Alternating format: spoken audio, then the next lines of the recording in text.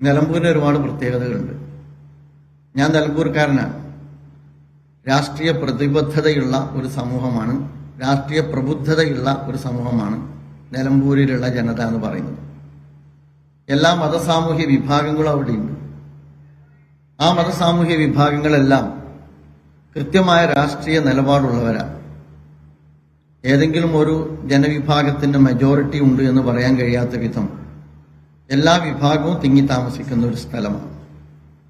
അവിടെ CPM കുറച്ചു കാലങ്ങളായി തുടർന്നു വന്നുകൊണ്ടിരിക്കുന്ന വർഗീയ വിഭാഗീയമായ രാഷ്ട്രീയ പ്രവർത്തനത്തിന് ഇടം ലഭിച്ചില്ല എന്നുള്ളത് CPMന് ഒരുപാട് പാഠം പഠിക്കാൻ കൂടി ഉപകരിക്കുന്നതാണ് എന്നുകൂടി സാന്ദർഭികമായി ഉണർത്തുകയാണ്. ജമാഅത്തെ ഇസ്ലാമിയുമായി ബന്ധപ്പെട്ട് CPM പച്ചക്കള്ളമാണ് സംസാരിച്ചുകൊണ്ടിരിക്കുന്നത്. നിങ്ങൾ ശ്രദ്ധിച്ചിട്ടുണ്ടാകും, ഇലക്ഷൻ തുടങ്ങിയത് മുതൽ ഇന്ന് ഞാൻ നിങ്ങൾ അഭിമുഖീകരിക്കുന്നത് വരെ CPMന്റെ സമുന്നതരായ നേതാക്കന്മാർ ജമാഅത്തെ ഇസ്ലാമിക്ക് നേരെ ഒരുപാട് വിമർശനങ്ങൾ ഉയർത്തിക്കൊണ്ടേയിരിക്കുകയാണ്. ഞാൻ ഇന്നാണ് ഔദ്യോഗികമായി ജമാഅത്തെ ഇസ്ലാമി അതിനോട് പ്രതികരിക്കുന്നത്. ആരെങ്കിലുമല്ല, CPMന്റെ സംസ്ഥാന സെക്രട്ടറി ഗോവിന്ദ മാഷ്, ബഹുമാന്യനായ മുഖ്യമന്ത്രി ഉൾപ്പെടെയുള്ള ആളുകളാണ് ജമാഅത്തെ ഇസ്ലാമിക്ക് നേരെ പച്ചക്കള്ളം പറഞ്ഞുകൊണ്ടിരിക്കുന്നത്. മാധ്യമപ്രവർത്തകർ എന്ന നിലക്ക് നിങ്ങൾക്കും അതിന്റെ മറുവശം പലതും അറിയാവുന്ന കാര്യങ്ങളാണ്. ഇപ്പൊ ഉദാഹരണമായി ഗോവിന്ദ മാഷ് ഇലക്ഷൻ പ്രചരണത്തിന്റെ ഘട്ടത്തിൽ പറഞ്ഞ ഒരു കാര്യം, പഹൽഗാം ആക്രമണവുമായി ബന്ധപ്പെട്ട്, ഭീകരാക്രമണവുമായി ബന്ധപ്പെട്ട് പ്രതികരിക്കാത്ത മുസ്ലിം സംഘടനയാണ് ജമാഅത്തെ ഇസ്ലാമി എന്ന് പറഞ്ഞു. ജമാഅത്തെ ഇസ്ലാമി ദേശീയ തലത്തിൽ പഹൽഗാവുമായി ബന്ധപ്പെട്ട് ആദ്യം പ്രതിഷേധം രേഖപ്പെടുത്തിയ സംഘടനയിൽപ്പെട്ട പ്രസ്ഥാനമാണ് ജമാഅത്തെ ഇസ്ലാമി. ജമാഅത്തെ ഇസ്ലാമിയുടെ ദേശീയ അമീറുടെ പത്രസമ്മേളനം വീഡിയോകൾ അതിന്റെ വെബ്സൈറ്റിലുണ്ട്.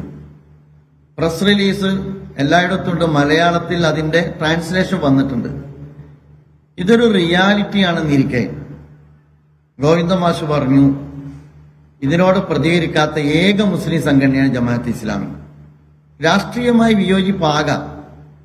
എന്തിനാണ് ഒരു മൈനോറിറ്റിയിൽപ്പെട്ട ഒരു മുസ്ലിം മതസംഘടനയെ ഈ അർത്ഥത്തിൽ സ്ഥാനാർത്ഥി ഉണ്ടായിരുന്നു? നാലാമത്, അവിടെയുള്ള ജമാഅത്തെ ഇസ്ലാമി പ്രവർത്തകർ പിന്തുണച്ചത് അവിടെയുള്ള ഒരു സ്വതന്ത്രനെയാണ്. അതോടൊപ്പം മുഖ്യമന്ത്രി മനസ്സിലാക്കേണ്ടത്, തെരിഗാമിയെ അവിടെയുള്ള ജമാഅത്തെ ഇസ്ലാമി പിന്തുണച്ചില്ല എന്ന് മാത്രമല്ല, BJP പിന്തുണച്ചു എന്ന് പറയുന്ന മുഖ്യമന്ത്രി അതേസമയം തന്നെ രാജസ്ഥാനിലെ സിക്കറിലും തമിഴ്നാട്ടിലെ ഡിണ്ടിഗലും തമിഴ്നാട്ടിലെ മധുരയിലും അതേസമയം ജമാഅത്തെ ഇസ്ലാമി CPMന് വോട്ട് ചെയ്തിരിക്കുന്നു എന്ന കാര്യം കൂടി മുഖ്യമന്ത്രി മനസ്സിലാക്കാത്ത ഒരാളാണെന്ന് ഞാൻ വിചാരിക്കുന്നില്ല. അപ്പോൾ മുഖ്യമന്ത്രിയും അതുപോലെ തന്നെ CPMന്റെ സംസ്ഥാന സെക്രട്ടറിയും നിലമ്പൂർ ഇലക്ഷനുമായി ബന്ധപ്പെട്ട് തങ്ങളുടെ രാഷ്ട്രീയ താല്പര്യത്തിനു വേണ്ടി ജമാഅത്തെ ഇസ്ലാമിക്ക് നേരെ പച്ചക്കള്ളം മുന്നിൽ വെച്ചുകൊണ്ടുള്ള വർഗീയ വിഭാഗീയ പ്രവർത്തനങ്ങൾക്കാണ് വഴിമരുന്നിട്ട് കൊടുത്തത് എന്ന് പറയാതിരിക്കാൻ നിർവാഹമില്ല. ഇത് കുറച്ചു കാലമായി CPM തുടരുന്ന ഒരു രീതിയാണ്, ഒരു ലൈനാണ്. വലതുപക്ഷ നെറേറ്റീവുകളെ ഉയർത്തുക എന്ന് പറയുന്നത്. കുറച്ചുകൂടി കൃത്യമായി പറഞ്ഞാൽ സംഘപരിവാർ നെറേറ്റീവുകളെ ഉയർത്തിക്കൊണ്ടുവരിക എന്ന് പറയുന്നത്.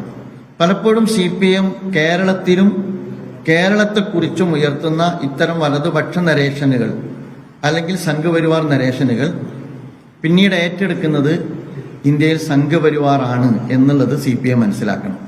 CPM ഇപ്പോൾ വിതക്കുന്നത് കൊയ്യാൻ CPM അല്ല ഉള്ളത് BJP ആണ് എന്ന രാഷ്ട്രീയ ബോധം CPM കാണിക്കണം എന്നാണ് പറയാനുള്ളത്. നിങ്ങൾ ആലോചിച്ച് നോക്ക്, പ്രിയങ്ക വിജയിച്ചപ്പോൾ CPM എന്താ പറഞ്ഞത്? പ്രിയങ്കയ്ക്ക് പിന്നിൽ വർഗീയ കക്ഷികളാണ്. അതുപോലെ തന്നെ പൗരത്വ സമരം ഇവിടെ നടന്നപ്പോൾ നമ്മുടെ മുഖ്യമന്ത്രിയാണ് പറഞ്ഞത് അതിനകത്ത് തീവ്രവാദികൾ നുഴഞ്ഞു കയറിയിട്ടുണ്ട്. സ്വാഭാവികമായും പ്രധാനമന്ത്രി അത് ഏറ്റെടുത്തു. പ്രധാനമന്ത്രി ഏറ്റെടുത്തിട്ട് പറഞ്ഞു തീവ്രവാദികളുടെ നുഴഞ്ഞുകയറ്റം പൗരത്വ സമരത്തിലുണ്ട്. അതേപോലെ തന്നെ ലവ് ജിഹാദ് ഏറ്റെടുത്തത് യോഗി ആദിത്യനാഥാണ്. അതേപോലെ മലപ്പുറം ജില്ലയിലെ സ്വർണ്ണക്കള്ളക്കടത്തിനെ കുറിച്ച് ഡൽഹിയിൽ പോയി ദേശീയ പത്രത്തിന് ഹിന്ദുവിന് ഇന്റർവ്യൂ കൊടുത്തപ്പോൾ മലപ്പുറത്തെ പരാമർശിച്ചു എന്ന് മാത്രമല്ല അത് രാജ്യദ്രോഹ പ്രവർത്തനങ്ങൾക്ക് ഉപയോഗപ്പെടുത്തുന്നു എന്നുകൂടി പറഞ്ഞു. ആ ആക്ഷേപത്തിൽ നിന്ന് ഇനിയും മുഖ്യമന്ത്രി മാപ്പ് പറയുകയോ മലപ്പുറത്തോട് അതിന്റെ ക്ലാരിറ്റി വരുത്തുകയോ ചെയ്തിട്ടില്ല. അതുപോലെ തന്നെയാണ് പഹൽഗാവുമായി ബന്ധപ്പെട്ട ഗോവിന്ദ മാഷ പ്രസ്താവന. ഏറ്റവും അവസാനം നിങ്ങൾ ആലോചിച്ച് നോക്ക്, നിലമ്പൂരിൽ റിസൾട്ട് വന്നപ്പോൾ നിങ്ങൾ ശ്രദ്ധിച്ചിട്ടുണ്ടാകും, അതിന്റെ പിന്നിൽ വർഗീയ കക്ഷികളാണ്. 2 സ്റ്റേറ്റ്മെന്റ് സമാനമാകുന്നുണ്ട്. ഒന്ന് രാജീവ് ചന്ദ്രശേഖരന്റെ സ്റ്റേറ്റ്മെന്റും മറ്റൊന്ന് ഗോവിന്ദ മാഷിന്റെ സ്റ്റേറ്റ്മെന്റും.